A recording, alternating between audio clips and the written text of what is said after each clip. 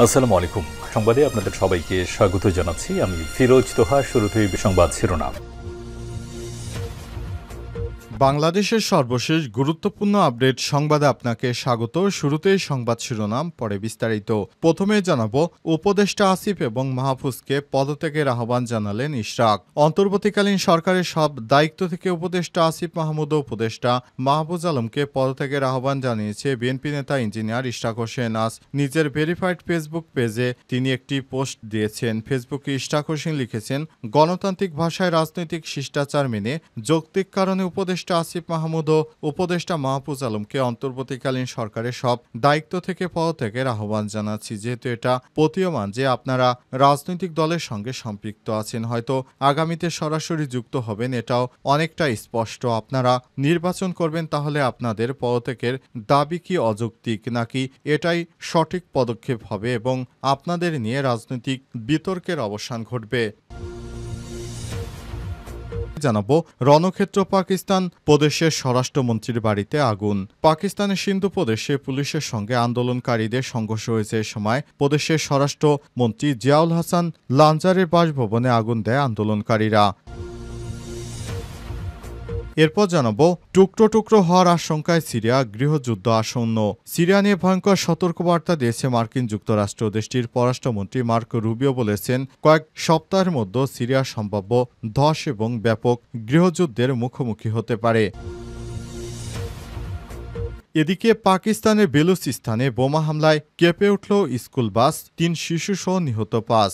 ভারতের মদদে হামলা হয়েছে দাবি পাকিস্তানের। পাকিস্তানের বেলুচিস্তানে আজ 0 পয়েন্টের কাছে একটি স্কুল বাসে ভয়াবহ বিস্ফোরণে অন্তত ৫ জন নিহত হয়েছে। তাদের মধ্যে ৩ জন শিশু। আহত হয়েছে অন্তত ৩৫ জন। এই ঘটনার নিন্দা জানিয়েছে দেশটির সামরিক বাহিনী এবং রাজনৈতিক নেতৃত্ব। এবারে জানাবো, যুক্তরাজ্য থেকে বড় ধাক্কা খেল ইসরায়েল। যুক্তরাজ্য থেকে বড় ধাক্কা খেয়েছে ইহুদিবাদী ইসরায়েল। গাজায় হামলার জেরে দেশটির সঙ্গে নতুন মুক্ত বাণিজ্য আলোচনা স্থগিতের ঘোষণা দিয়েছে যুক্তরাজ্য। আজ আল জাজিরার এক প্রতিবেদনে এই তথ্য জানানো হয়েছে। প্রিয় দর্শক, এতক্ষণ শুনছিলেন সংবাদ শিরোনাম, এবারে বিস্তারিত।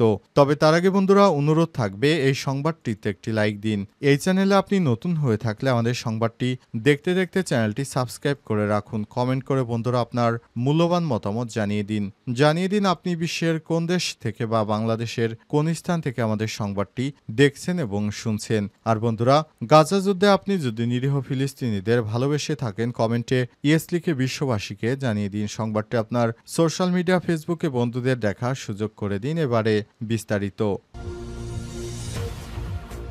উপদেষ্টা আসিফ এবং মাহফুজকে পদত্যাগের আহ্বান জানালেন ইশরাক। অন্তর্বর্তীকালীন সরকারের সব দায়িত্ব থেকে উপদেষ্টা আসিফ মাহমুদ ও উপদেষ্টা মাহফুজ আলমকে পদত্যাগের আহ্বান জানিয়েছে বিএনপি নেতা ইঞ্জিনিয়ার ইশরাক হোসেন। আজ নিজের ভেরিফাইড ফেসবুক পেজে তিনি একটি পোস্ট দিয়েছেন। ফেসবুকে ইশরাক হোসেন লিখেছেন, গণতান্ত্রিক ভাষায় রাজনৈতিক শিষ্টাচার মেনে যৌক্তিক কারণে উপদেষ্টা আসিফ মাহমুদ ও উপদেষ্টা মাহফুজ আলমকে অন্তর্বর্তীকালীন সরকারের সব দায়িত্ব থেকে পদত্যাগের আহ্বান জানাচ্ছি। যেহেতু এটা প্রতীয়মান যে আপনারা রাজনৈতিক দলের সঙ্গে সম্পৃক্ত আছেন, হয়তো আগামীতে সরাসরি যুক্ত হবেন, এটাও অনেকটা স্পষ্ট। আপনারা নির্বাচন করবেন, তাহলে আপনাদের পদত্যাগের দাবি কি অযৌক্তিক, নাকি এটাই সঠিক পদক্ষেপ হবে এবং আপনাদের নিয়ে রাজনৈতিক বিতর্কের অবসান ঘটবে। তিনি বলেন, আপনাদেরই নাহিদ ইসলাম যে দৃষ্টান্ত স্থাপন করে গেছেন সেটাই অনুসরণ করুন। উনি চাইলে হয়তো আরও কিছুদিন মন্ত্রিত্ব করে তারপর এনসিপিতে যোগ দিতে পারতেন।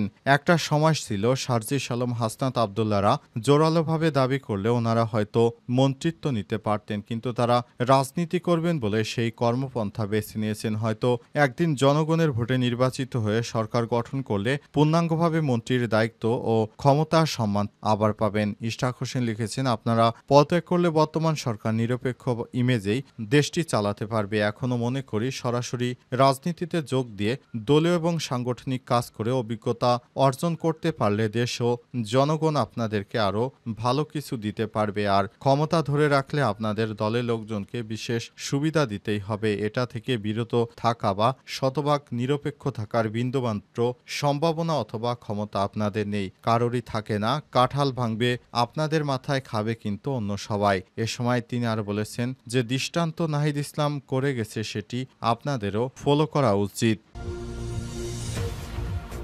রণক্ষেত্র পাকিস্তান প্রদেশের স্বরাষ্ট্রমন্ত্রীর বাড়িতে আগুন।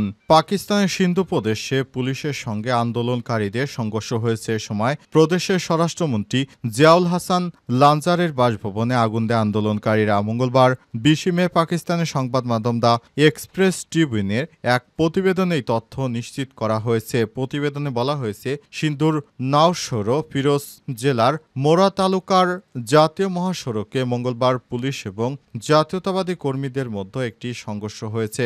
মঙ্গলবার একটি জাতীয়তাবাদী সংগঠনের ডাকে সিন্ধু খাল কর্পোরেট কৃষি এবং অন্যান্য ইস্যুতে প্রতিবাদ করতে গিয়ে বিক্ষোভকারীরা সড়কে অবস্থান নেওয়ার চেষ্টা করলে সংঘর্ষের ঘটনা ঘটে। এ সময় পুরো এলাকা রণক্ষেত্রে পরিণত হয়। দ্য এক্সপ্রেস ট্রিবিউন জানিয়েছে, এ সময় বিক্ষুব্ধ জনতা সিন্ধু প্রদেশের স্বরাষ্ট্রমন্ত্রী জিয়াউল হাসান লাঞ্জারের মোরো শহরের বাসভবন পুড়িয়ে দেয়। ঘটনায় একজন নিহত এবং 11 জন আহত হয়েছে। আহতদের মধ্যে 3 জন পুলিশ সদস্য।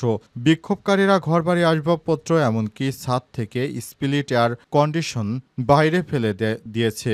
মন্ত্রীর ব্যক্তিগত নিরাপত্তারক্ষীরা এসে পরিস্থিতি নিয়ন্ত্রণের চেষ্টা করে। সামাজিক যোগাযোগ মাধ্যমে প্রকাশিত ভিডিওতে দেখা যায় সশস্ত্র রক্ষীরা বিক্ষোভকারীদের ছত্রভঙ্গ করতে আকাশে গুলি চালাচ্ছে।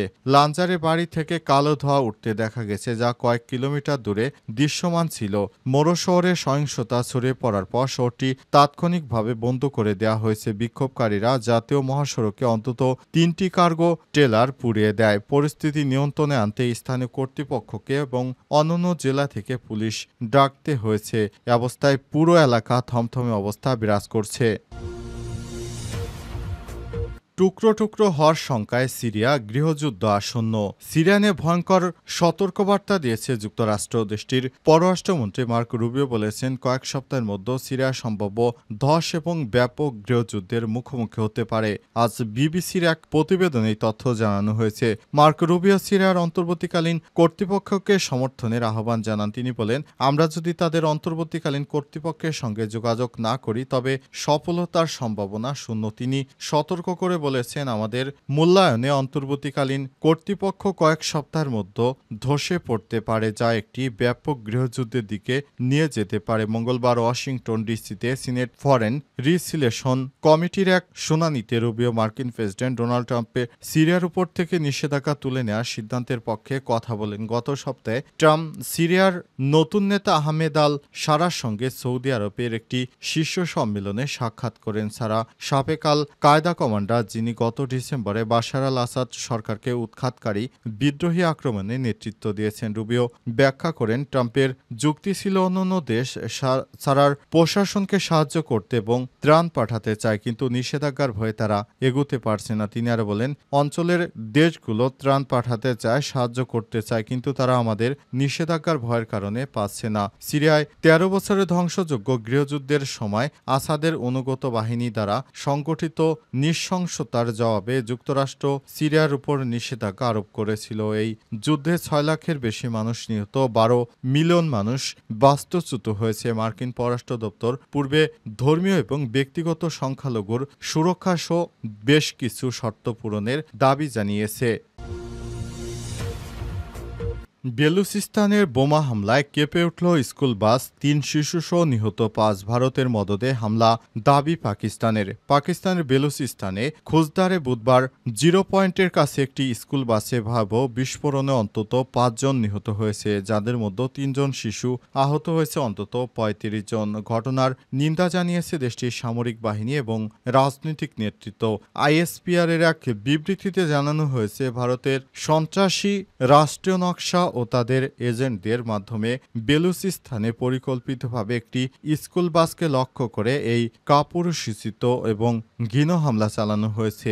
আইএসপিআর আরও জানায়, অপারেশনে ব্যর্থ হয়ে ভারত এখন সন্ত্রাসকে রাষ্ট্রীয় নীতিতে পরিণত করেছে। শিশু ও নিরীহ নাগরিকদের মতো সহজ লক্ষ্যে হামলা চালিয়ে দেশজুড়ে ভয় ও বিশৃঙ্খলা বাড়ানোর অপচেষ্টা করছে।